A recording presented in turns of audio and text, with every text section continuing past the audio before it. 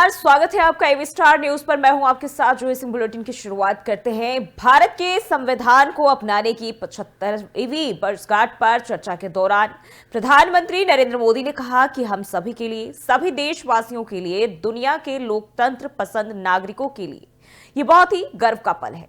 लोकतंत्र के पर्व को बड़े गौरव के साथ मनाने का अवसर है। संविधान के 75 साल की यात्रा एक अविस्मरणीय यात्रा है और दुनिया सबसे महान और विशाल लोकतंत्र की इस यात्रा के मूल में हमारे संविधान निर्माताओं की दूरदर्शिता का योगदान रहा है, जिसे लेकर हम आगे बढ़ रहे हैं। 75 वर्ष पूरे होने पर यह उत्सव का क्षण है।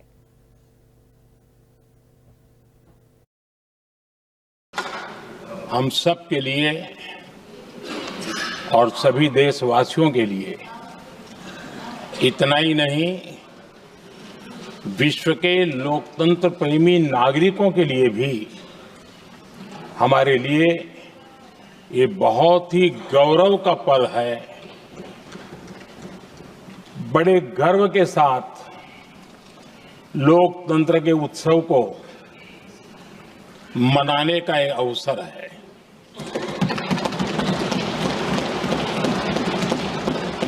संविधान के 75 वर्ष की यात्रा, यादगार यात्रा और विश्व के सबसे महान और विशाल लोकतंत्र की यात्रा, इसके मूल में हमारे संविधान निर्माताओं की दीर्घदृष्टि, हमारे संविधान निर्माताओं का योगदान और जिसको लेकर के आज हम आगे बढ़ रहे हैं। ये 75 वर्ष पूर्ण होने पर एक उत्सव मनाने का पल है। मेरे लिए खुशी की बात है कि संसद भी इस उत्सव में शामिल। और लोकसभा में संविधान पर चर्चा के दौरान एआईएमआईएम सांसद असदुद्दीन ओवैसी ने मुसलमानों के हालात पर गंभीर सवाल उठाए, जिसमें उन्होंने कहा कि देश में मुसलमानों के साथ अन्याय हो रहा है और उन्हें कमजोर करने की कोशिश की जा रही है। ओवैसी ने सच्चर कमेटी की रिपोर्ट के आधार पर डिलिमिटेशन करने की मांग उठाई और वक्फ पर लगाए जा रहे आरोपों को बेबुनियाद बताया।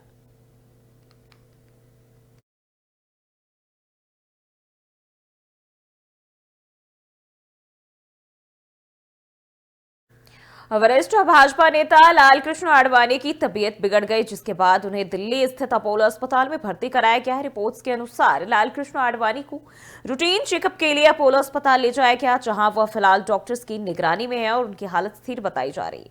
बता दें कि इससे पहले इस साल अगस्त महीने में भी आडवाणी को अपोलो अस्पताल में भर्ती कराया गया था। वहीं जुलाई में भी देश के पूर्व गृह मंत्री लालकृष्ण आडवाणी को दिल्ली के एम्स अस्पताल में भर्ती कराया गया था।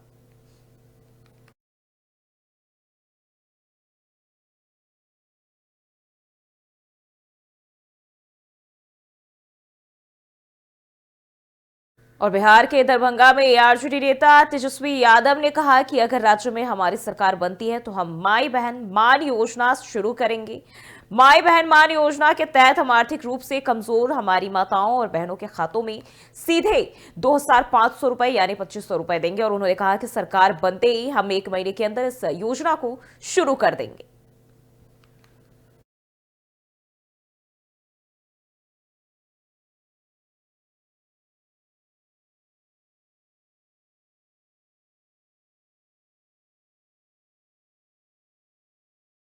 खिलाफ कार्रवाई। पिछले 2 साल में 3000 नार्को डीलर तस्कर अरेस्ट किए गए हैं। जम्मू कश्मीर में पिछले 2 सालों में 2000 मामले दर्ज किए गए हैं। एनआईए ने नार्को टेरर मामलों की जांच तेज कर दी है। 2 साल में कश्मीर में 40 करोड़ की संपत्ति जब्त की गई है। एलओसी के पास हाई अलर्ट वाहनों की जांच भी तेज की गई है। तो आपको बताते चले, ये एक बार फिर जम्मू कश्मीर में पिछले 2 सालों में बता दें 200 मामले ऐसे दर्ज किए गए हैं और एलओसी के पास फिलहाल हाई अलर्ट है और वाहनों की जांच भी तेज है। तो सुरक्षा बलों को ये बड़ी कामयाबी हाथ लगी है।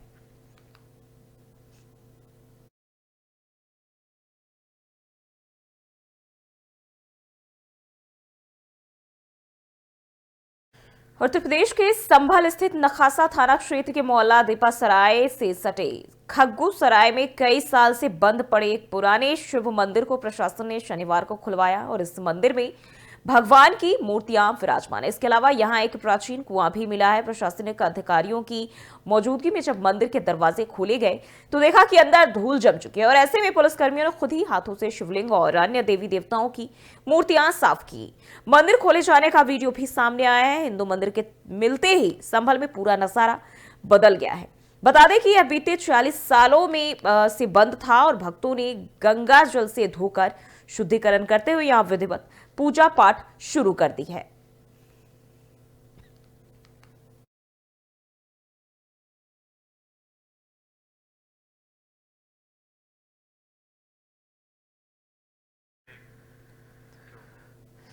और सीजीपीजीआई के 41वें स्थापना दिवस में मुख्यमंत्री योगी आदित्यनाथ पहुंचे। वहीं सीएम योगी ने कार्यक्रम को संबोधित किया और इस दौरान उन्होंने कहा कि आपके अगले 5 साल महत्वपूर्ण होने जा रहे हैं। स्वास्थ्य विभाग में मिशन मोड पर काम हो रहा है। आगे सीएम योगी ने कहा कि स्वास्थ्य विभाग में मिशन मोड पर काम हो रहा है और पीजीआई को सीएसआर से 500 करोड़ रुपए भी मिले हैं।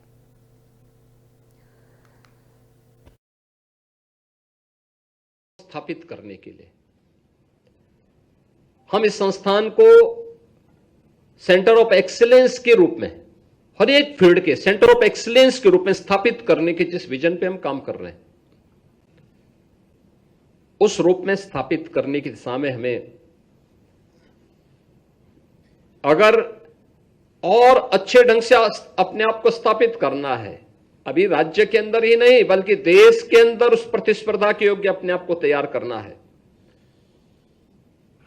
तो हमें यह तय करने में अब समय नहीं लगाना चाहिए कि हमें क्या करना है, वरना समय तय कर देगा कि आपको क्या करना है।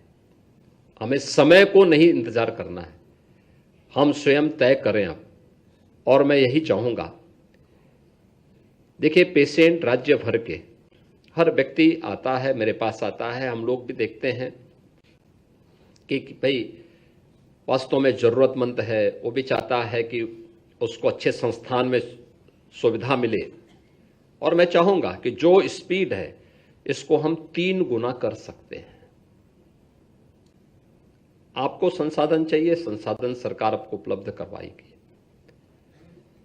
आपको स्वयं समय इसके लिए देना होगा और मुझे लगता है जितना आप दे पाएंगे, याद रखना कि अगर आप 10 पेशेंट देखते हैं तो उसकी स्पीड को अगर आप 25 से 30 करते हैं तो आपको 25-30 लोग डिफरेंट कैटेगरी के मिलेंगे। उनका रहन सहन, उनका खान पान, उनकी पारिवारिक पृष्ठभूमि, उनके अपने अलग अलग, उनकी अलग अलग वो मिलेगी सबकी, उतना आपका एक्सपीरियंस आपके पास होगा, उतना नया अनुभव। राजधानी लखनऊ में वरासत के एक मुकदमे में शरारती युवक ने राज्यपाल को पक्षकार बनाते हुए फर्जी तरीके से नोटिस राजभवन भेज दिया। मामला तब सामने आया जब फाइल राजभवन से कलेक्ट्रेट पहुंची। राज्यपाल ने नाराजगी जताते हुए कार्रवाई का निर्देश दिया तो हड़कंप मच गया। तहसील मलिहाबाद में मीरापाल बनाम ग्राम सभा का वरासत का मुकदमा तहसीलदार के न्यायालय में विचाराधीन है और किसी शरारती व्यक्ति ने 11 नवंबर को राज्यपाल को पार्टी बनाते हुए राजभवन को नोटिस भेज दिया।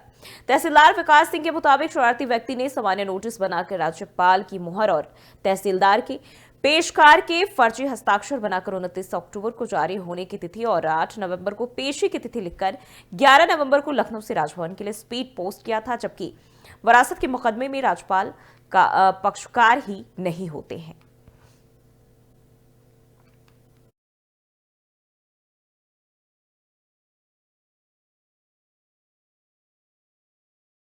बढ़ते आगे, झांसी और कानपुर में ट्रेन पलटाने की साजिश के पीछे एनआईए और एटीएस को मदरसा कनेक्शन के भी सुराग मिले हैं। सुरागों के मुताबिक ऑनलाइन माध्यमों का इस्तेमाल करके युवाओं का ब्रेन वॉश किया जाता है और इसके जरिए कट्टरपंथी बने युवाओं का देश विरोधी कार्यों में इस्तेमाल किया जाता है। इनका मदरसों से भी कनेक्शन है और इसीलिए कड़ियां जोड़ने के लिए जांच एजेंसियां कई जगहों पर छापा मार रही है और इसके साथ ही विदेशी फंडिंग के सूत्र भी खंगाल रही है। इसी वजह से दोनों एजेंसियां बृहस्पतिवार को झांसी पहुंची थी। यहां मदरसा शिक्षक मुफ्ती खालिद नदवी से 18 घंटे पूछताछ की गई थी। पुलिस लाइन लाते समय भीड़ ने पुलिस और जांच टीम को धक्का मुक्की कर मुफ्ती को छुड़ा लिया था। बाद में पुलिस उन्हें लेकर गई थी। पूछताछ के बाद देहरादूनी छोड़ दिया गया था। धक्का मुक्की करने और सरकारी काम में बाधा डालने पर पुलिस ने 11 नामजद सहित 100 लोगों पर केस दर्ज किया था।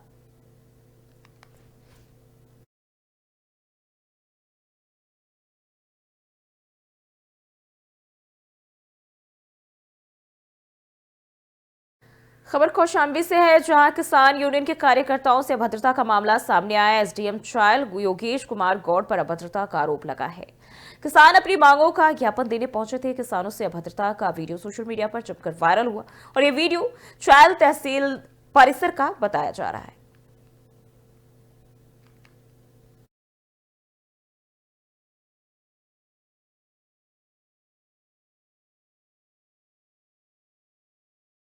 और यूपी के रायबरेली से खबर सामने आ रही है, जहां जलमू थाना क्षेत्र के नरसवा गांव में अधेड़ व्यक्ति की हाथ पैर बांधकर हत्या और लूट करने में आरोपी नामिया बदमाश को पुलिस ने गिरफ्तार कर लिया है। बता दें कि घटना के खुलासे के लिए पुलिस और एसओजी की टीम को लगाया गया था और इसके बाद पुलिस ने 2 बदमाशों को मुठभेड़ में गिरफ्तार करने सहित 4 लोगों को हिरासत में लिया। वहीं एक आरोपी फरार चल रहा था और पुलिस ने उसकी गिरफ्तारी के लिए 12,500 रुपए का इनाम भी घोषित किया था।